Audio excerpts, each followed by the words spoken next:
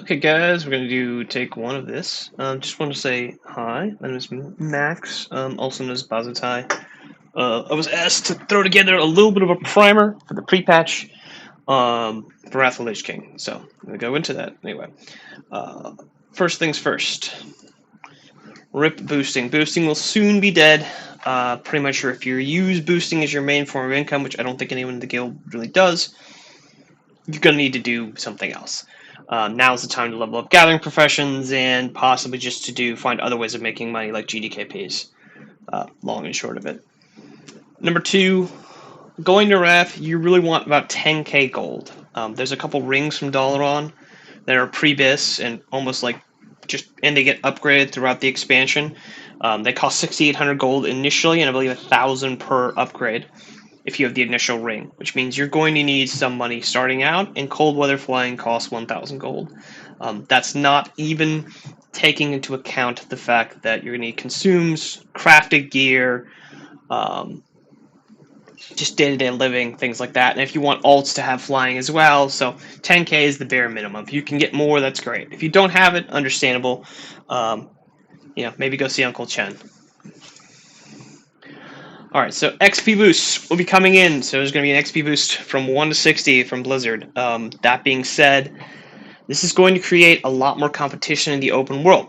As boosting in dungeons becomes irrelevant, people are going to begin playing characters in the open world, and so certain BOEs, like the ones seen here, are going to suddenly be worth money again. Whereas these kind of things, like stuff like Staff of the Blessed Seer and this stuff and cabin dredgers and things like that, were kind of like meh before. They may be 10 gold each. You can have a lot of people who are playing classes that are like need silver spoons.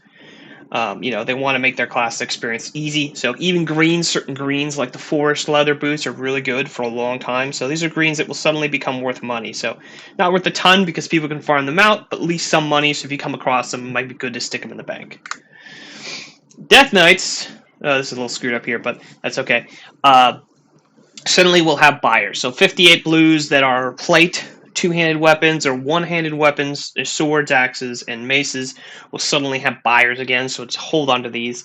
Death Knight stats are generally, there's no spell power, so you're looking at strength, agility, attack power, crit, things like that.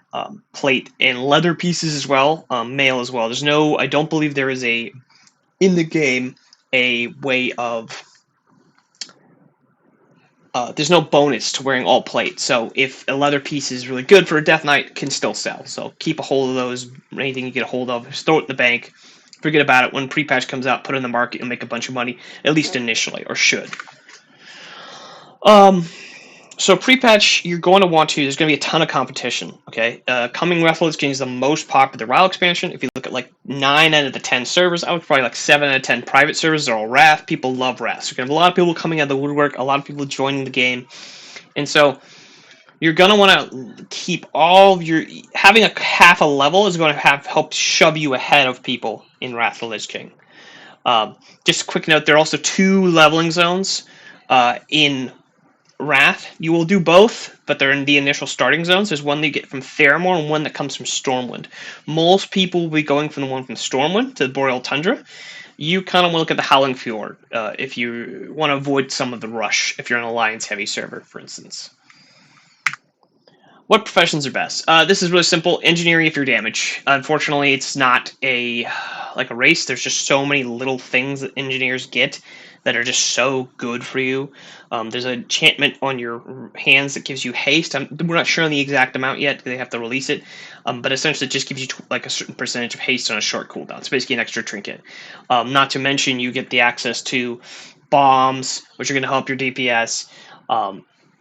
In addition, you get basically quality of life stuff. You get an auction house, a mailbox, I'm sorry, I can't see the rest of this, and as well as other things. So what this means now is you want to get a kit together for engineering, possibly jewel crafting, possibly enchanting, because those are the 2 closest professions.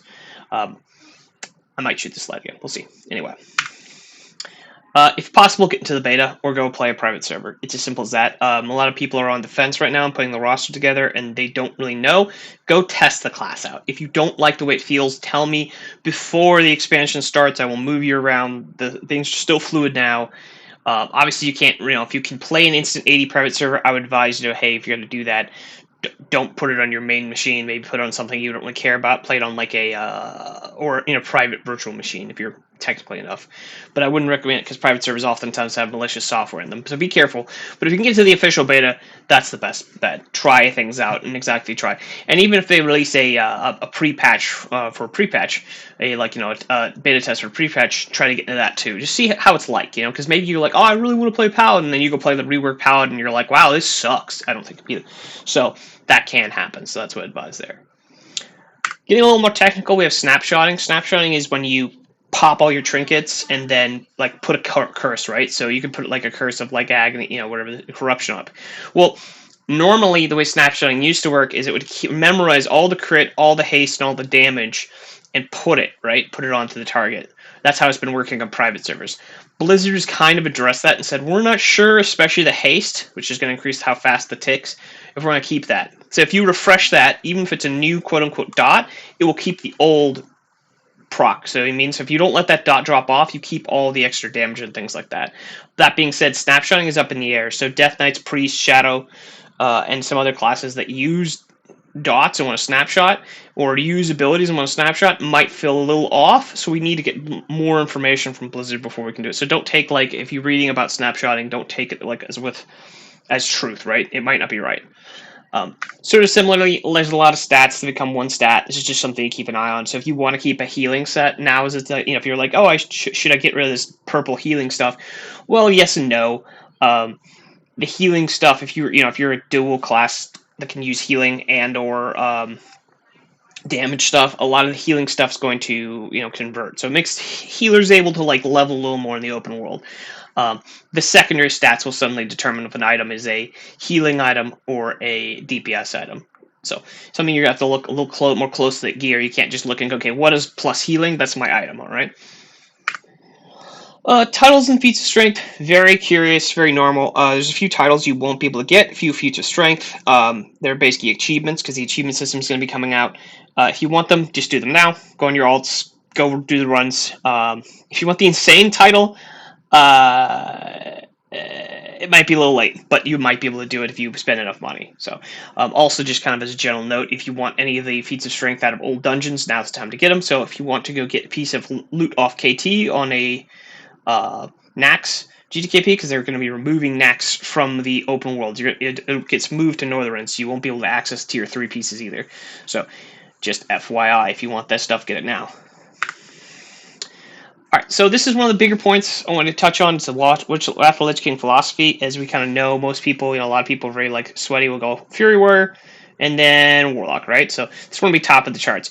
And there are a few things like that, but there's a lot of variations to specs. So one of the biggest ones that I'm always talking about to people is technically, let's say, assassination, right? Assassination rogues are worse, quote unquote, after the first phase, because once you get enough armor pen, they get, everyone's like, go combat. But combat's slightly more complex than assassination. And so, if this is the case, if you're not very good at playing combat, you're going to get worse results than you would have if you're playing a simpler spec like assassination, if that makes sense. So, there's also a lot of misconceptions about, like, good. So, like, for instance, holy priests are fine. They get quote-unquote trashed on because every other healing class brings more utility to the table.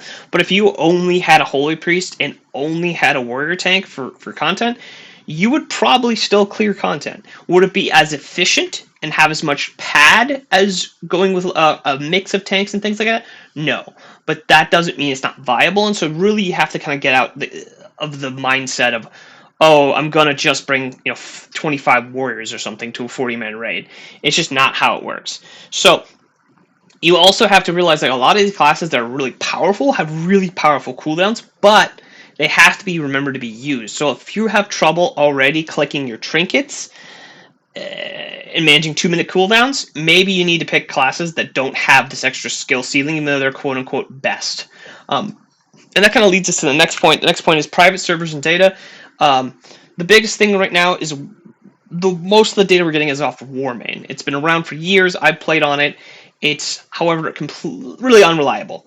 I would say completely, honestly, for a few reasons. First off, Warmain's main server is phase locked, which means even a one-time server is stuck eternally in ICC. So what this means is the top DPSs are all BIS, right? So this is a good chart, right? So this is average ICC. Just combat rogues, number one, fire mage, rogue, you go do. But Ret Paladin, which would normally in Warrior, which in phase one Warrior will be slow, way farther down here, and Ret Paladin will be farther down here. Elemental will come all the way up here, because Elemental always starts strong. And yes, of course, Frost Mage will kind of fall off, right? So Frost Mage is one of those few classes that isn't viable. But even stuff like Beast Mastery is still okay. It's way better than Frost Mage. That's just, this is just the data off ICC. And that brings us to the other point. This is a Warmain, right? This is a Warmain ICC, thing, whatever. Okay, the content padding. So Wrath of the Lich King Classic, the original one might be here, right? Let's say that's the actual Nax health. This is the new extended Nax health, okay? But this is Warmain's health. Okay, because Warmain is a server that wants to keep its players on the server, and if they made it like this, that everyone would be clearing it way too fast and will quit. They pad the crap out of it. So we're gonna have a lot of data that fights and classes that benefit from a long execute phase. I know fire mages especially. Fire mages love a long execute phase because they get big crits through talents.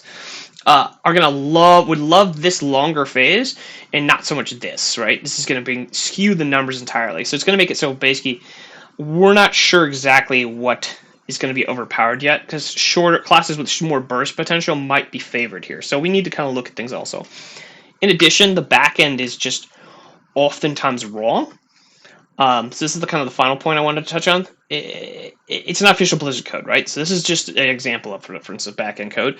Proc rates on necklaces, proc rates on internal cooldowns, item proc rates, all kinds of stuff, like how haste is calculated, how spell power is calculated. All these little things that don't seem like big deals, they all kind of add up into like a big mess, right? So private server, if you look at vanilla private server before and after vanilla came out, oftentimes people were surprised how easy Seathun was, because they're like, wait, Seathun used to just melt people. And it's like, yeah, the private servers up the damage a lot in order to buy themselves time, because they were all doing this right, so they're coding this by hand, and they need to finish Nax, and if the people finish Seathun too quickly, they'd be like, oh, we got Seathun, like, now give us the next content, and they're not ready. And B, they also just get it wrong a lot of times. So they're like programming and saying like, okay, yeah, we don't know exactly, don't have access to the original data, so we're kind of just going off memory. And in memory, a lot of these things were harder because we were less good at playing, we had poor standard connections, etc. So that's kind of what we need to know here. So that's kind of the long dirty. So in summary, long dirty, no lot to take in. Boosting dungeons will soon be gone. You're gonna want 10k gold as starter capital. Lobby gear will be worth a little more money, so keep it around. Same with Death Knight BOEs. You want to save basically a full quest log really right before, I say a couple days before the final Wrath actually officially comes out, because otherwise you won't be able to do your dailies. You should keep doing dailies now. Collect all your materials for professions, especially stone and ore, because it's going to get super farmed, especially by bots. So even if the price comes down, if you don't want to buy it, you're going to need to get it now. Right now, it's not really fought over. And if people have interest on like what's the right farming routes and stuff, I've farmed a lot of characters up. Engineering is basically overpowered if you're in DPS, so you need to basically start, if you want to be min-maxy, get DPS up. As for the other classes, it's going to vary. If you can, get in on a beta, so you can try out the new changes. All the stats, there's some stats that are melding together, hit, spell hit, and all that kind of stuff, and that's going to change how you gear and how healers can go out in the world and hit things now. Many titles and other things, feats of strength, become inaccessible, and mostly you just have to understand Wrath of the Lich King is... the philosophy is different, and the data you're seeing is wrong, a lot of it. So just take that with a grain of salt, and make sure you're ready for this. Looking forward to Wrath of the Lich King. If you have any questions, I'm going to link a guide kind of in the description of this, all right? All right, guys. Good luck.